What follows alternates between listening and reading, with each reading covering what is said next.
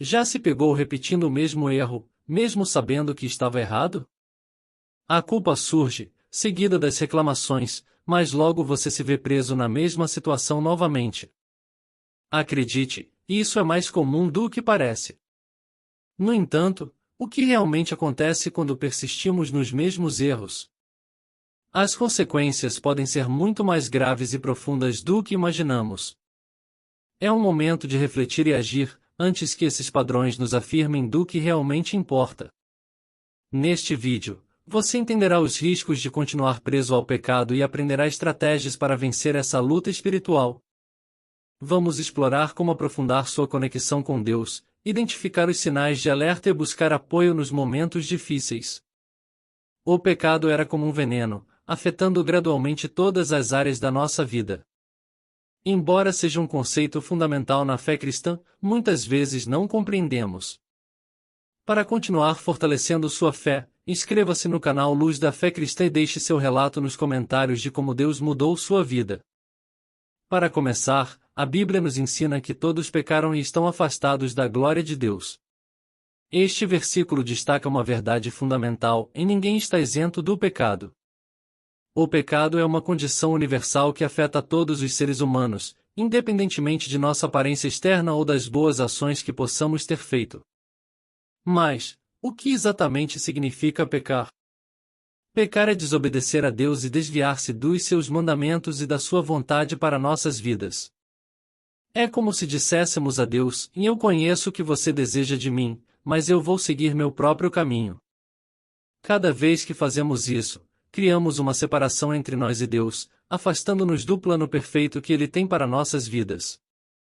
O pecado ergue uma barreira que prejudica nosso relacionamento com Ele e nos impede de vivermos a plenitude da vida que Ele deseja para nós.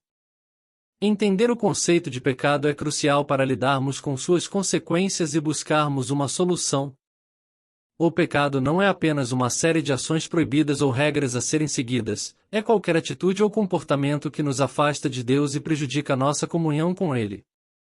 Pode ser um pensamento, uma ação ou até mesmo a omissão de algo que sabemos que deveríamos fazer. O apóstolo Paulo descreve a luta interna que enfrentamos ao tentar seguir a vontade de Deus: porque o que faço não o entendo. Pois não faço o que quero, mas o que aborreço, isso faço. Aqui, Paulo revela o conflito entre o desejo de fazer o bem e a realidade de cometer o mal. Essa luta é um reflexo da natureza humana e da dificuldade em vencer o pecado, mesmo quando temos a intenção de fazer o certo. A prática contínua do pecado pode se transformar em um ciclo vicioso. Quando insistimos em comportamentos pecaminosos, estamos reforçando hábitos que se tornam mais difíceis de quebrar com o tempo. Cada vez que cedemos à tentação, estamos solidificando esses padrões em nossa vida. Não estou me referindo a erros ocasionais, mas a uma prática deliberada e persistente do pecado. Quando escolhemos conscientemente agir contra a vontade de Deus, estamos criando hábitos que podem se tornar profundamente enraizados em nossa vida. O pecado pode ser comparado a uma ferida que não cicatriza. A cada vez que pecamos, a ferida se agrava, tornando-se mais difícil de curar. Como sabemos, os hábitos são difíceis de quebrar, especialmente quando se tornam padrões em nossas vidas. Por isso, é essencial reconhecer as consequências de persistir em comportamentos pecaminosos. A perda de sensibilidade espiritual pode afetar diversas áreas da nossa vida. Nossa linguagem pode se tornar mais mundana, nossa vida de oração pode se tornar superficial e nossa leitura da Bíblia pode perder o significado. A inversão dos valores, como descrito em Isaías capítulo 5 versículo 20, ai dos que ao mal chamam bem e ao bem chamam mal, é um sinal de que estamos perdendo nossa sensibilidade espiritual nesses momentos. Começamos a chamar o pecado de algo aceitável e a ignorar a verdade de Deus. No entanto, é possível recuperar nossa sensibilidade espiritual. Recuperar nossa sensibilidade espiritual requer esforço e disciplina. Assim como um músico afina seu instrumento, precisamos ajustar nossa vida espiritual através da oração fervorosa e do estudo diligente da Palavra de Deus. Ao pedir a Deus que renove nossa mente, estaremos mais aptos a resistir às tentações e a viver de acordo com sua vontade. No entanto, há sempre esperança. A parábola do filho pródigo, encontrada, ilustra a disposição de Deus em nos receber de volta, não importa quão longe tenhamos ido. O pai na parábola recebe seu filho de volta com braços abertos e celebra seu retorno. Da mesma forma, Deus está sempre pronto para nos receber com amor e graça, quando nos arrependemos e buscamos sua presença. Deste modo, Romanos capítulo 6 versículo 23 nos lembra que o salário do pecado é a morte, mas o dom gratuito de Deus é a vida eterna em Cristo Jesus nosso Senhor.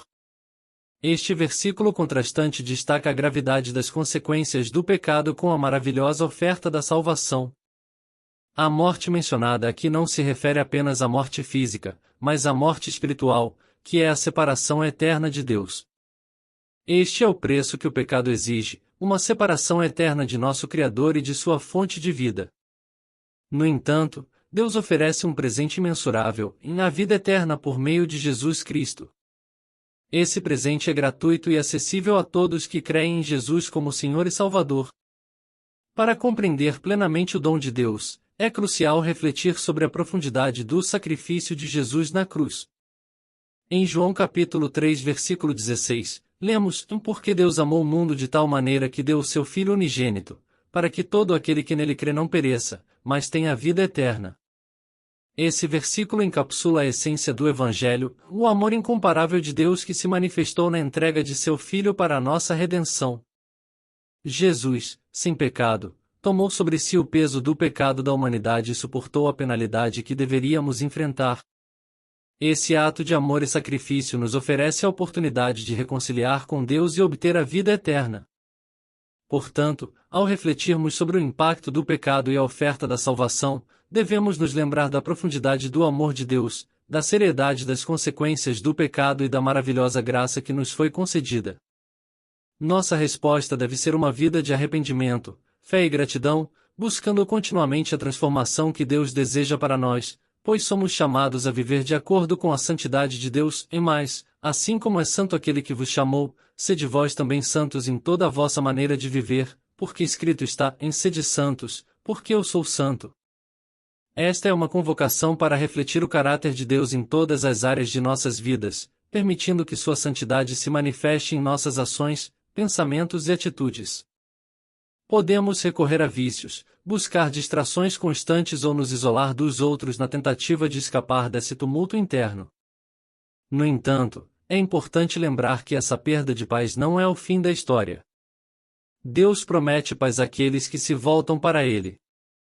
Como Jesus disse em João, capítulo 14, versículo 27, Deixo-vos a paz, a minha paz vos dou. Não a dou como o mundo a dá. Não se turbe o vosso coração, nem tenha medo. Para recuperar essa paz, precisamos nos arrepender sinceramente de nossos pecados e buscar a restauração em Deus.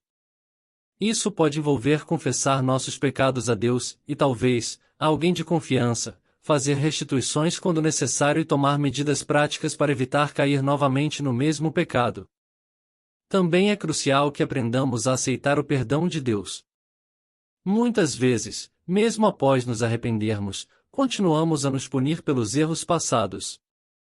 A Bíblia nos assegura: se confessarmos os nossos pecados, Ele é fiel e justo para nos perdoar os pecados e nos purificar de toda injustiça. À medida que caminhamos em obediência a Deus e confiamos em seu perdão, podemos experimentar novamente aquela paz que só Ele pode dar. Este não é um processo instantâneo, mas gradualmente, à medida que nos aproximamos de Deus e nos afastamos do pecado, podemos sentir nossa paz interior sendo restaurada.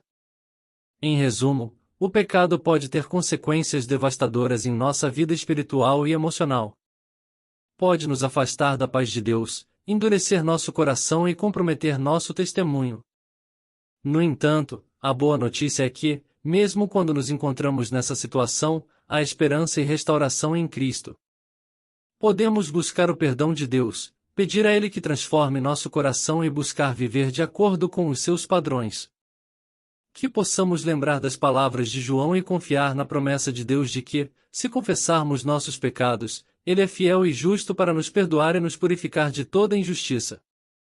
Que nosso desejo seja sempre voltar para a paz que só Deus pode oferecer e que possamos ser testemunhas vivas de sua graça e misericórdia no mundo.